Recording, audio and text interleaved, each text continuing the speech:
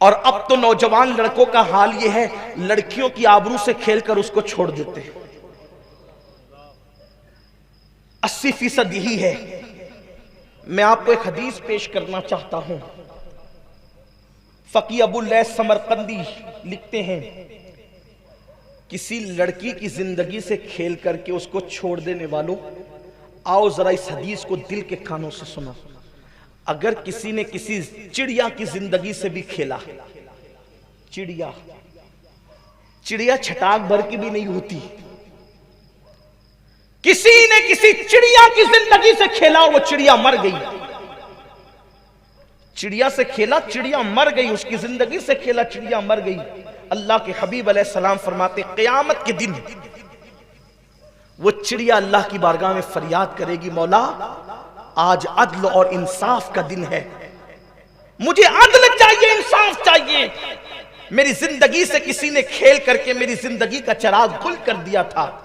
اللہ کے حبیب غیب دا نبی صلی اللہ علیہ وآلہ وسلم فرماتے ہیں اس چڑیا کی ننھی سی فریاد اس دن اتنی کڑکدار بجلی کی طرح سنائی دے گی کہ جس شخص نے اس چڑیا کی زندگی سے کھیل کر اس کو موت کے گھاٹ اتار دیا تھا، وہ چڑیا کی آواز بجلی کی کڑک کی طرح اس کے کانوں پر گرے گی اور اس کے کانوں کو پھاڑ دے گی۔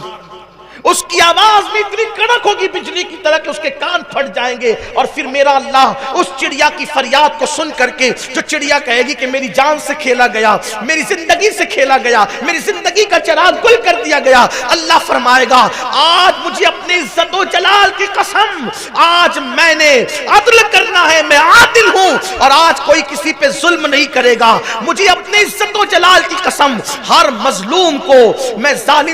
ہر ظالم سے میں مظلوم کو بدلہ دلواؤں گا، مظلوم کو اس کا حق دلواؤں گا، حتیٰ کہ میرا اللہ اس دن فرمائے گا کہ اگر کسی سینگ والی بکری نے کسی بغیر سینگ والی بکری کو مارا ہوگا، اس بغیر سینگ والی بکری کو بدلہ دیا جائے گا اور اس سینگ والی بکری سے بدلہ دلوایا جائے گا۔ اگر کسی لکڑی نے کسی لکڑی کو خراش دی ہوگی، لکڑی نے لکڑی کو خراش دی ہوگی، اس خراش دینے والی لکڑی کو بھی سزا دی جائے گی۔ کسی پتھر نے کسی پتھر کو ٹچ کر کے اس پہ ظلم کیا ہوگا، اس پتھر کو بھی سزا دی جائے گی۔ اللہ اکبر، مجھے بتاؤ جب لکڑیوں پر لکڑی نے کسی لکڑی کو خراش دیا، پتھر نے کسی پتھر کو خراش دیا، کسی سینگ والی بکری نے بن سینگ والی بکری کو مارا، جب ان کو بدلہ ملے گا تو انسانوں پہ ظلم کرنے والے، انسانوں کی زندگی سے کھیلنے والوں کو کیا ملے گا؟ اللہ فرمائے گا کہ یہ جو پہاڑ کے برابر نیکیاں لے کر کے آیا ہے، لیکن جس نے ایک چڑیا کی زندگی سے کھیلا ہے،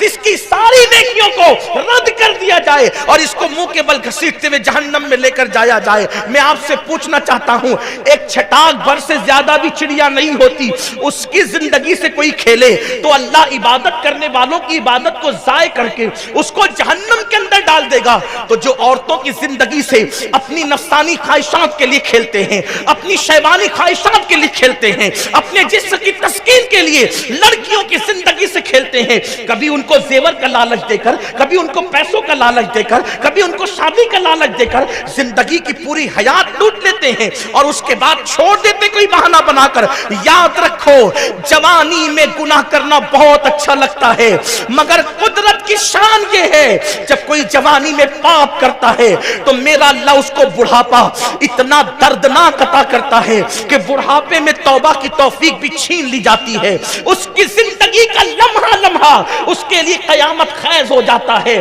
اس سے انسان ہی نہیں جانور بھی نفرت کرتے ہوئے نظر آتے ہیں۔ یاد رکھنا قدرت نے جوانی دی ہے تو کبھی جوانی میں پانی میں آگ نہ لگانا، جوانی کی طاقت پر کسی پہ ظلم نہ کرنا، اللہ کے غضب کو کبھی چیلنج نہ کرنا۔ جب چڑیا کی زندگی سے کھیلنے والا جہنم میں جائے گا، اللہ اکبر، عبادتوں کے باوجود تو عورتوں کی زندگی سے کھیلنے والا، لوگوں کی زندگی سے کھیلنے والا، لوگوں کی عزتوں سے کھیلنے والا، خدا کے لیے مسلم جوانوں اپنی ذمہ داری کو سمجھو۔ دنیا میں کیوں آئے ہو؟ کسی کی زندگی سے کھیلنے نہیں آئے ہو، بلکہ کسی کی زندگی کی آبرو کو بچانے کے لیے آئے ہو، کسی کی عزت کے تحفظ کے لیے آئے ہو، کسی کو سہارا دینے کے لیے آئے ہو، کسی کے محافظ بننے